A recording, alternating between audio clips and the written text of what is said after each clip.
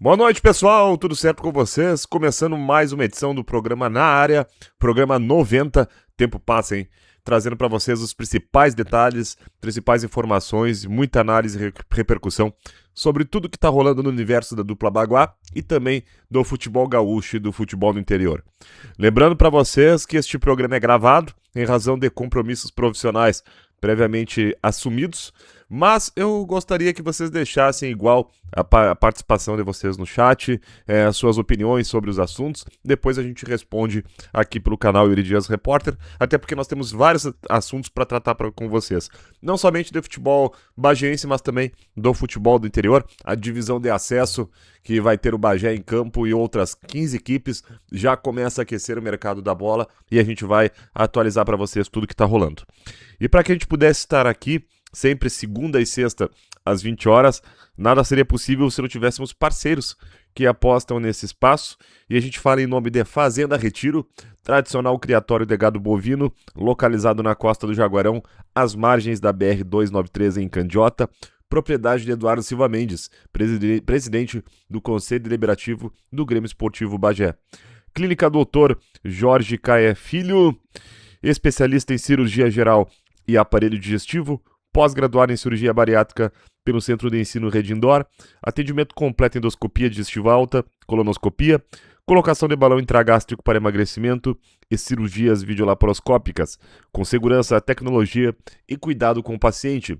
A clínica fica localizada na Avenida Gomes Carneiro, 1350, em anexo à Santa Casa, telefone 533242-9290. Dr. Jorge Caé Filho, saúde digestiva com qualidade, confiança e resultado. E apoio de Fábio Vaz, branding e posicionamento de conteúdo. Muitas vezes você é um excelente profissional, mas não consegue transmitir isto ao público, o famoso se vender.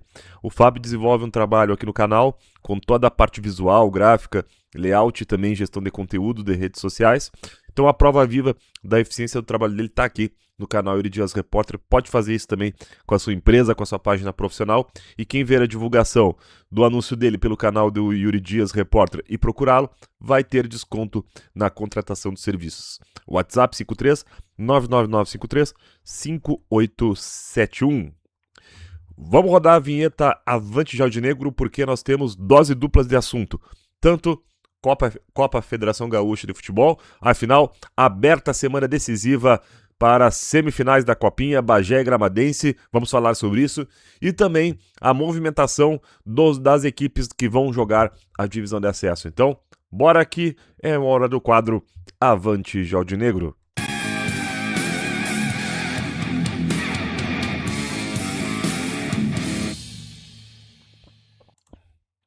Muito bem, aquece os motores porque é semana decisiva no estádio Pedra Moura.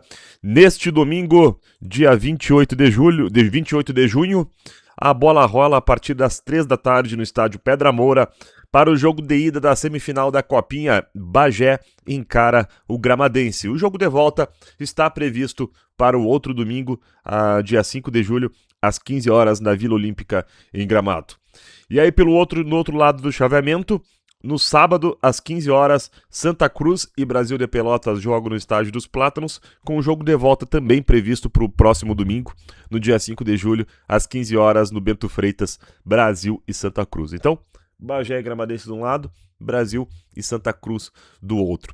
Sobraram as 4 equipes que vão disputar a partir de agosto a divisão de acesso. O Brasil tem um investimento maior pela questão da SAF, que agora definitivamente já está estruturada, também está envolvido com o calendário de Campeonato Brasileiro Série D. Não é à toa que, por mais que seja uma equipe que tenha suas contestações por parte do torcedor, falando pelo lado da Copinha, sobrou tendo passado em primeiro lugar e com a melhor campanha geral até o momento ali no grupo. Já os demais, Gramadense, Santa Cruz e Bagé, estão todos também no mesmo quilate. A prova disso é que todos irão se enfrentar na disputa da divisão de acesso.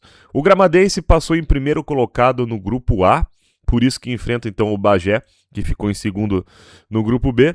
Até a primeira parte da fase classificatória, quem tinha o maior domínio do grupo era o Santa Cruz. Mas o Gramadense depois veio a crescer na competição e assumiu então a primeira posição. É um jogo difícil, é uma equipe, o Gramadense, como já repercutimos em programa anterior, é uma equipe jovem no quesito futebol profissional. O Gramadense, ele está jogando futebol profissional somente desde 2023. Aí bastou 2 anos seguidos jogando a primeira divisão, jogando a terceira divisão, que já conseguiu subir para o acesso. Disputou a divisão de acesso pela primeira vez ano passado e de primeira já conseguiu uma classificação para as quartas de final.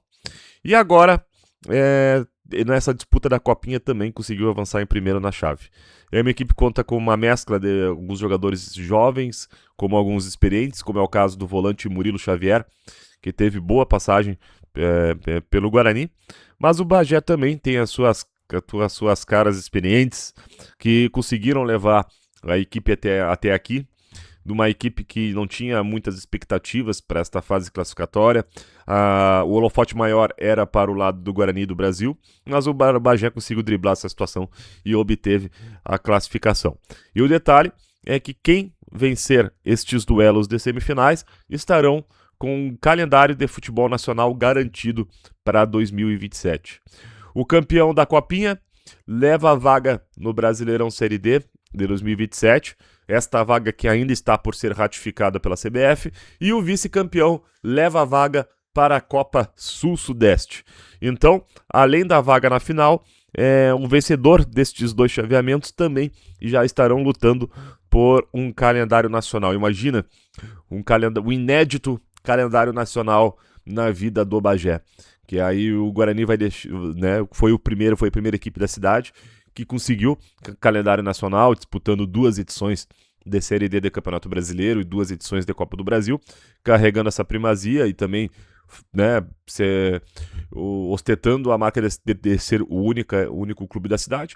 E aí no momento que o Bagé também conseguir viabilizar, então vai poder também trazer esse holofote.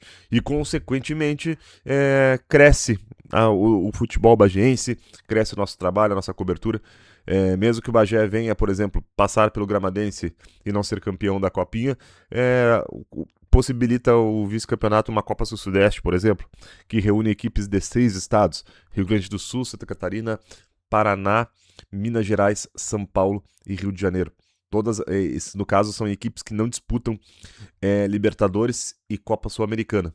Este ano, os representantes gaúchos foram Juventude Caxias, mas a Federação Gaúcha decidiu, então, que das 2 vagas que a Federação tem direito,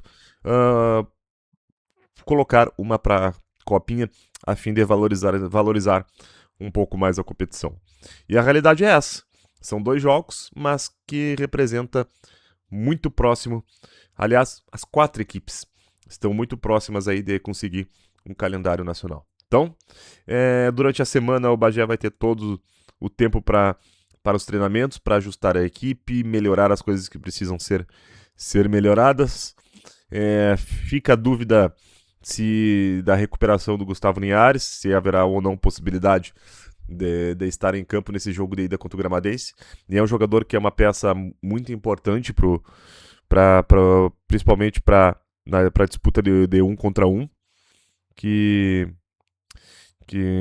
ele oferece, e não somente a questão da ligação direta. Vamos acompanhar ao longo da semana, e é claro que nós estaremos informando vocês em relação a toda essa situação. Muito bem. Além das 4 equipes que estão envolvidas com a Copinha, as demais da divisão de acesso também já passam a se movimentar. Começando a falar pelo Guarani de Venâncio Aires. O Guarani de Venâncio Aires, que confirmou oficialmente seus primeiros reforços para a disputa da divisão de acesso. E também confirmou que nesta terça-feira, a partir das 2 da tarde, fará a apresentação e dará inícios à pré-temporada. Então, nesta terça-feira, o Guarani de Venâncio Aires abre a sua pré-temporada, visando a divisão de acesso que, até o presente momento, ela está confirmada para iniciar no final de semana do dia 2 de agosto. O primeiro reforço anunciado foi o volante Lissandro Schulz, jogador de 26 anos, natural de Agudo, que teve a sua base feita no Grêmio e profissionalmente passou por São José, Brasil de Pelotas, além de passagens por Juventus de São Paulo, Catanduva, Galo Maringá e Tabirito. E o outro foi o atacante Pedrinho, o meio atacante Pedrinho, de 33 anos, que é natural de Ponta Grossa, e tem passagens por Ipatinga, Juventus de Piracicaba, Patriotas do Paraná, Sobradinho do Distrito Federal. Então esses são os dois primeiros reforços confirmados pelo Guarani de Venâncio Aires. E a dupla de Passo Fundo já está mobilizada também aí para a disputa da Copinha, da divisão de acesso. E o Gaúcho anunciou um pacote de reforços, 6 contratações, tudo de uma vez, entregando ao técnico Fabiano Dautz, que vai comandar o Gaúcho, peças para todos os setores do campo. Vamos lá. Confirmou o goleiro Lucas Alves, de 28 anos, jogador de 1,90 de altura, que vai para a terceira passagem pelo Gaúcho. E ano passado foi goleiro do clube também na disputa da Copinha, então permanece aí no Gaúcho o Lucas Alves. Para a lateral esquerda, Igor Martins, que estava jogando pelo Guarani, o Campeonato Brasileiro Série D, também disputou o Campeonato Gaúcho pelo São Luís de Juí, foi campeão da Taça Farroupilha. Então, Igor Martins, que estava no Guarani, é reforço do Gaúcho de Passo Fundo. Também confirmou outra figura conhecida aqui da cidade, o volante Jefferson Lopes, que também passou aqui pelo Guarani na divisão de acesso de 2023, subiu com o clube, um dos destaques daquela equipe, que ano passado jogou a divisão de acesso e a copinha pelo Aimoré. Também o Gaúcho confirmou o jovem meio-campista Zanelato, de 21 anos, outro que estava no clube na copinha, na participação na copinha do ano passado. Olha só quem também está chegando no Gaúcho de Passo Fundo. Ian Felipe, centroavante, que também passou pelo Guarani na copinha de 2022 e na temporada de 2025. Uma temporada que dá para se dizer controversa do Ian Felipe, porque ao mesmo tempo que o Ian Felipe era muito cobrado pela torcida pela seca de gols e participação nos jogos, por outro lado, os gols que o Ian Felipe fez, em sua maioria, foram decisivos. Ele marcou 2 gols na estreia do Guarani no Gauchão contra o Inter, no empate em 2-2. Ele marcou gol na classificação do Guarani na Copa do Brasil contra o Altos do Piauí. E também marcou o gol do Guarani lá na Liga Arena em Curitiba, quando o Guarani teve aquele histórico jogo contra o Atlético Paranaense pela Copa do Brasil. Então, se por um lado o pessoal enxerga que o Ian Felipe balançou um pouco as redes daquilo que se esperava, por outro, os gols que ele marcou foram importantes. Então, por isso que eu digo que foi uma passagem controversa pelo Guarani. E se a gente comparar Ian Felipe com a passagem que o Matheus Guimarães, por exemplo, teve esse ano pelo clube, com certeza acho que o torcedor ficaria com o Ian Felipe. Depois chegou o Marcos Paulo ali na reta final e deu conta do recado, mas é isto. E o outro atacante, Fogaça, de 20 anos, que vem por empréstimo do Ipiranga de Erechim. Então, se movimentando aí algumas figuras conhecidas, hein? O goleiro Lucas permaneceu, veio o Igor Martins, que era do Guarani, lateral esquerdo, o centroavante Felipe, o Jefferson, volante também, bom jogador, se reforçando forte o Gaúcho, hein? Por outro lado, o Passo Fundo não anunciou oficialmente, mas a gente já trouxe essa informação de que o goleiro Jonathan, depois que terminar a sua participação no Campeonato Brasileiro da Série D pelo Gazin de Porto Velho, estaria acertado com o Passo Fundo. Então, outro reforço de peso, Jonathan, que estava aqui no Guarani. Já falamos também na live passada, mas reforçando, já que a gente está tratando de mercado da bola, o Marcos Paulo, este mesmo, que foi um 9 raiz agora na reta final do Guarani, também vai jogar a divisão de acesso, só que pelo Apafute, equipe de Caxias, recém-promovida pela primeira vez da sua história para a divisão de acesso.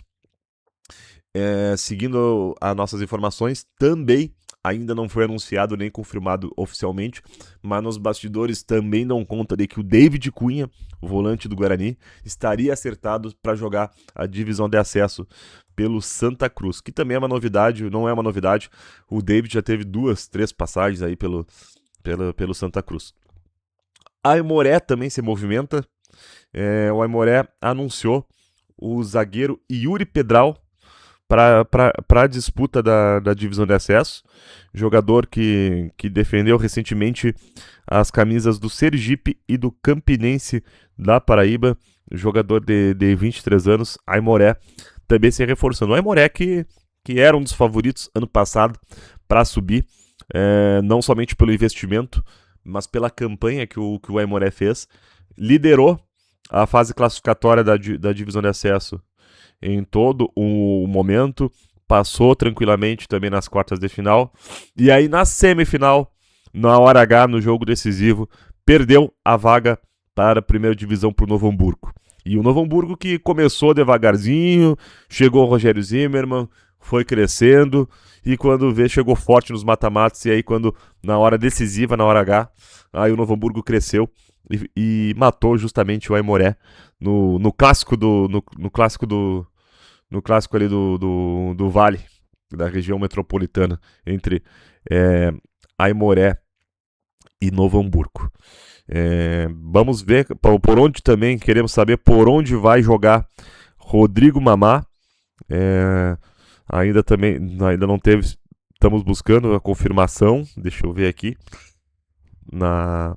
se já temos ainda, tá aqui.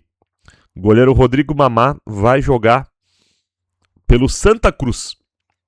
Vai jogar a divisão. Rodrigo Mamá vai ser o goleiro do Santa Cruz na divisão de acesso. Então aqui mais outra confirmação para vocês. Experiente goleiro que dispensa apresentações. Uma das lendas aí do futebol do interior. Mikael, Mikael, já temos a confirmação de onde o Mikael vai jogar? Não, ainda não. Mikael, na verdade, Mikael não vai jogar. Olha só o que interessante também. Mikael foi anunciado como auxiliar técnico do Aimoré para a divisão de acesso. Ele vai integrar a equipe, a comissão técnica, ao lado do treinador Ariel Lanzini. Então, encerrando aí a carreira, aparentemente, está encerrando a carreira profissionalmente, o Mikael, zagueirão raiz, né? E vai ser o auxiliar técnico do Ariel Lanzini. Mikael é um jogador que, como zagueiro, vocês sabem o quanto que ele teve uma carreira consolidada no futebol gaúcho, xerifão, raiz, mas assim, agora falando de fora de campo, que é a função que ele vai exercer, o Mikael tem todas as qualificações necessárias para isso. Porque, primeiro, é um cara bom de grupo. Segundo, é ótimo de ambiente, cara família. Terceiro, sabe se comunicar, é inteligente. Então, tem tudo aí, de repente, pro Mikael ascender na carreira, né, de treinador. E começando devagarzinho, né, com o primeiro passo na condição de auxiliar técnico. Quem sabe rola uma gaveta com o Mikael para fazer um balanço da carreira dele profissional e também ele nos conta mais sobre esses planos aí e iniciando essa jornada como auxiliar técnico no Aimoré. Outro também que anunciou o encerramento da carreira como goleiro foi Rafael Copete. Copete, que também passou aqui pelo Guarani, passa por vários clubes aí do futebol brasileiro, inclusive. Seu auge foi o Vasco e depois o Benfica B, mas aqui subiu com o Guarani em 2021, subiu com o Santa Cruz em 2023, subiu com o Esportivo, Copete subiu com o Inter Santa Maria também, enfim, tem uma carreira vencedora, ser despedido dos gramados, é outro que também vamos tentar uma entrevista para o programa na Gaveta. Mudando agora o nosso layout, porque vamos tratar de Brasileirão Série D. Aliás, Brasileirão Série D, assim como a gente atrelou a divisão de acesso ao Bagé, vamos atrelar a imagem do Brasileirão Série D ao Guarani também. Então roda a vinheta, porque agora é o quadro Guarani em Foco.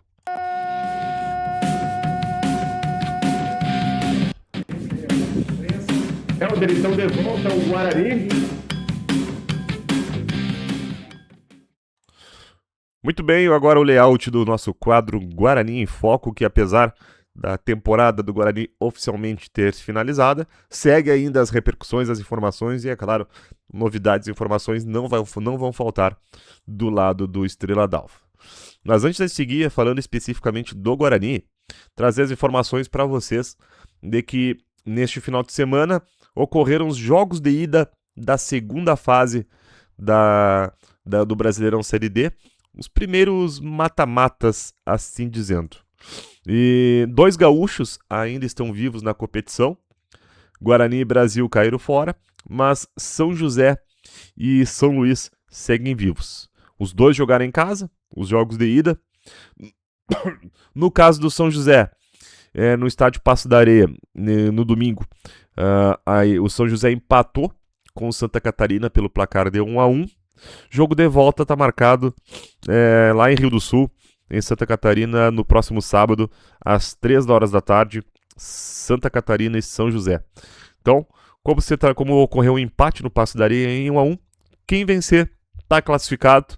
Se der novo empate no tempo normal, qualquer placar, a vaga para a terceira fase será decidida nos pênaltis. E detalhe desse jogo: se o São José passar pelo Santa Catarina e chegar na terceira fase, automaticamente ele vai conseguir vaga, vai garantir vaga no Brasileirão Série D do ano que vem. Isso se não subir, né, no caso. Mas estará com vaga garantida na Série D do ano que vem, porque o São José, ele não conseguiu de forma direta vaga para a Série D via gauchão. Então, atende este critério. Se não conseguiu por um campeonato estadual, atende o critério de conseguir chegando na terceira fase da própria Série D. O São José, no caso, seria o primeiro suplente ali no campeonato estadual. Ficou em 8º colocado, e já que o Caxias é o 7º, disputa a Série C, né? Porque as vagas diretas ficaram com o 5º e o 6º, que foram, respectivamente, São Luís e Novo Hamburgo. E por falar de São Luís, o São Luís também ficou no 1-1, só que com o Blumenau no sábado no estádio 19 de outubro em Ijuí. E o jogo de volta acontece lá em Blumenau no próximo sábado às 3 da tarde. Mesma coisa, quem vencer está na terceira fase, e empate normal, empate no tempo normal sob qualquer placar também leva a vaga para os pênaltis. Já o São Luís já está com a vaga na Série D garantida para o ano que vem. Então, por atender o primeiro critério, que é a classificação via estadual, ele não abre mão da vaga para outro. Ele já conseguiu a vaga, mesmo que chegue na terceira fase, a vaga que vale é a primeira conquistada. Então, só para ficar bem claro, porque eu sei que é um assunto que gera muita dúvida para as pessoas. A única forma que o São Luís tem de passar a vaga dele conquistada pelo estadual é se conseguir subir para a Série C. Aí passa para o primeiro suplente, que é o São José. E o São José, mesmo que já tenha assegurado vaga na terceira fase, ele pega a vaga do estadual, porque a vaga do estadual é prioridade em cima da vaga via Série D. Então, estes são os 2 gaúchos vivos no Brasileirão Série D. Jogos de volta, então, na segunda fase, no próximo final de semana. Dos catarinenses e paranaenses que a gente estava acompanhando, também se enfrentaram. Cascavel e Marcílio Dias empataram em 2-2 no Paraná. Próximo jogo, domingo que vem, 4 da tarde. E no outro duelo, um duelo entre 2 paranaenses, o Cianorte, olha só, Cianorte fora de casa, hein? Venceu 1-0 o São Joséense na Vila Olímpica, no Paraná, e joga em casa, então, no próximo domingo, com a vantagem do empate. Que momento do Cianorte, hein? Cianorte que foi a última equipe que enfrentou o Guarani na competição. Então, este é o resumo dos gaúchos e os demais catarinenses, paranaenses, envolvidos na segunda fase da Série D do Campeonato Brasileiro. Passando rapidamente, a gauchada segue jogando, com exceção da Série A. Série B, Série C e Série D segue normalmente nesse período de Copa do Mundo. O Juventude foi até São Paulo para enfrentar o São Bernardo hoje. jogo pela 14ª rodada do Brasileirão Série B e venceu pelo placar de 1-0, grande vitória do Jaconeira, conquistada fora de casa. Agora o Juventude volta a campo no domingo que vem, dia 28, às 11 da manhã, contra o Ceará, no estádio Alfredo Jaconi. E essa vitória foi importantíssima para o Juventude, hein, na tabela. Assumiu o 4º lugar na classificação do Campeonato Brasileiro Série D, indo a 22 pontos. Boa campanha aí nas últimas rodadas do Juventude. Ainda falando dos gaúchos, os dois entraram em campo pelo Brasileirão Série C e o Ipiranga foi feliz, hein? O Ipiranga venceu o Santa Cruz pelo placar de 1-0, fora de casa. Grande resultado do Ipiranga, que pôde dar um fôlego aí, né, um respiro com essa vitória, subindo para a 13ª posição. Jogo válido pela 11ª rodada. E o Caxias, em casa, ficou no empate em 1-1 com o Maringá. Então, com esse resultado, o Caxias ele fica na 8ª posição da tabela, ainda dentro da fase classificatória. Então, estes são os gaúchos envolvidos nas séries B, C e D do Campeonato Brasileiro. O São Luís também já está se movimentando no mercado e fez anúncio de mais 2 reforços para essas disputas dos mata-matas no Brasileirão Série D. Contratou o volante Wesley Gaúcho e o jovem lateral direito Daniel Bolt. Então, se reforçando aí e já estarão disponíveis para os duelos de volta. Enquanto isso, o Guarani, a gente tem uma expectativa de que nos próximos dias já tenha algumas informações do planejamento para 2027. Até o momento que temos são especulações. Uma delas é que se está discutindo a possibilidade da permanência de Alessandro Telles para o Gauchão de 2027. É um tema que depois a gente vai tirar a letra com a direção para saber o que procede, o que não procede, o que está confirmado, o que não está. Vamos ver se ainda esta semana, a gente viabiliza uma entrevista com o Cléo Coelho, com o Tato Moreira, o Jorge Caé, enfim, toda essa turma aí que comanda o clube, para a gente poder ter um balanço, uma visão deles sobre o ano, e também o que estão pensando para 2027. Eu acho que não tem nenhuma dúvida quanto o desejo de permanência de alguns jogadores. Pepeto e Marcos Paulo com certeza estão na mira da direção para permanecerem. O Cléo, por exemplo, é um deles que já tem esse desejo de que fiquem. O próprio Iago Lucas, meio atacante, terminou o ano valorizadíssimo pelas atuações, pela postura em campo. David Cunha agora vai jogar o segundo semestre pelo Santa Cruz, mas é outro que também tem tudo para permanecer no grupo. Vitor Oliveira também, mesma coisa. Vamos ver o que vai rolar. O que a gente sabe, já captou no ambiente, é que houve muitas saídas de jogadores do Guarani antes destas últimas 2 rodadas da Copinha e que permaneceu palavras das diretores, permaneceu quem realmente queria ficar. Não que os outros que saíram não quisessem, mas já tinham outras propostas e já seguiam suas vidas. Como, por exemplo, o goleiro Jonathan. O goleiro Jonathan saiu porque, né, ele não iria jogar o Clássico Bagual, o titular era o Thiago. Já tinha recebido proposta para jogar os mata-matas do Brasileirão Série D. O Guarani já estava eliminado, ele tinha mercado para a Série D. Então seguiu vida, como foi o caso de outros atletas também. O Tony Júnior procurou a nossa reportagem. A gente estava ao vivo aqui Na Área e o Tony Júnior mandou mensagem explicando que no final de semana ele já tinha compromisso em outro clube e que aí, como o Baguá naquela semana que estava marcado para quarta, ele passou para domingo, então se desligou porque o acordo era de jogar na quarta. Então são algumas outras situações que seguem a vida, né? Se o pessoal perguntar qual era o clube do Tony Júnior. O clube do Tony Júnior era o Águia, tá? Só para o Águia do Pará. Então foi pro futebol paraense o Tony Júnior. Então, mas assim, ó, o que eu quero dizer? Que esses jogadores que ficaram agora na reta final se valorizaram muito para permanecer no clube. Vamos ver o que vai se definir.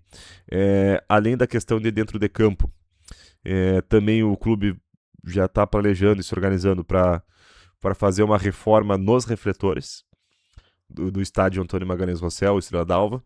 Foi uma situação que deu problema, houve constrangimento durante o Campeonato Gaúcho. Conseguiu se resolver depois na Série D e na Copinha. O próprio clássico Baguá do Estrela d'Alva foi à noite, mas funcionou com gerador. Né? Funcionou com gerador. Então agora o que o clube está propondo é uma reforma geral. O presidente Tato Moreira já falou sobre esse tema, que foi formulado um projeto técnico, foi assinado por um engenheiro elétrico, e esse projeto está sob a análise da CE Equatorial, que é a empresa aqui na cidade responsável pelo fornecimento de energia elétrica. Qualquer mudança precisa passar pelo crivo deles. Então esse projeto já foi elaborado, já está tramitando na CE Equatorial. Então agora tem uma expectativa de que agora ao longo dos meses se coloque em prática e o Guarani possa jogar o gauchão do ano que vem sem riscos aí com a sua iluminação e não passar por problemas como passou esse ano.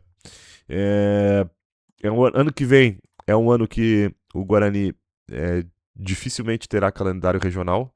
A chance é mínima das mínimas.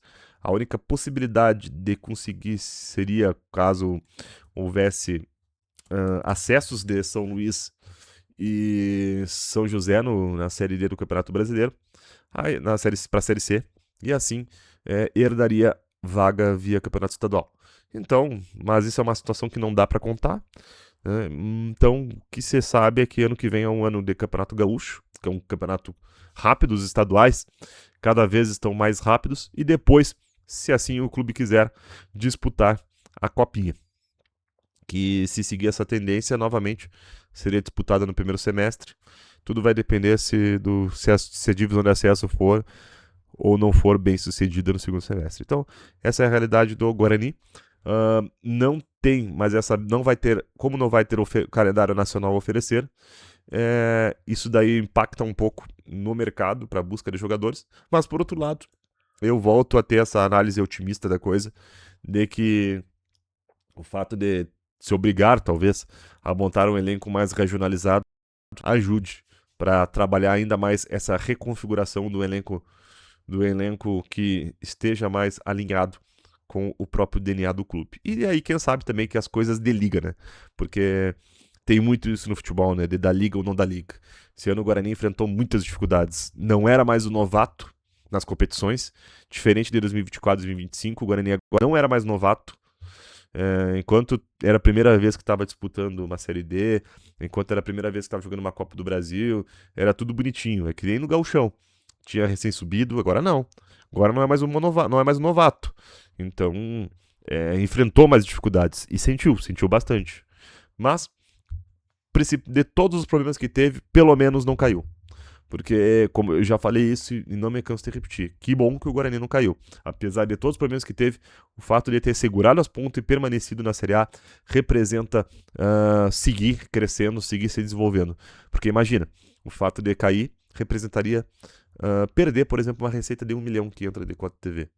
Então, que bom que, dentre todos os problemas que teve esse ano, que conseguiu se segurar as pontas e vai jogar a Série A do Campeonato Gaúcho pelo 4º ano consecutivo em 2027.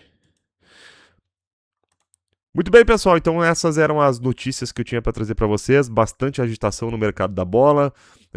Vamos tentar viabilizar essa semana uma entrevista com diretores do Guarani para falar dos rumos do clube para o ano que vem, com mais detalhes. E seguir acompanhando o Bagé, porque afinal é semana que abre a semifinal da Copinha. Bagé e Gramadense no próximo domingo, às 3 da tarde, no estádio Pedra Moura. E já sabe, né? Depois do jogo, tem o pós-jogo aqui no canal, 17h45, repercutindo tudo que ocorreu nesse duelo de ida do Jaldinegro pela semifinal da Copinha. Tá bom, pessoal? A gente se encontra amanhã, às 6 da tarde, com o programa Na Trilha do Hexa. seguindo esse resumo aí da Copa do Mundo, já indo para se encaminhando para finalizando a segunda rodada e depois abrindo a terceira e decisiva rodada da fase classificatória. Eu ainda estou frenético com o jogo de ontem de Uruguai e Cabo Verde. Cabo Verde, tô apaixonado pela seleção de Cabo Verde. E quarta-feira a gente tem Escócia e Brasil, né? 7 horas da noite.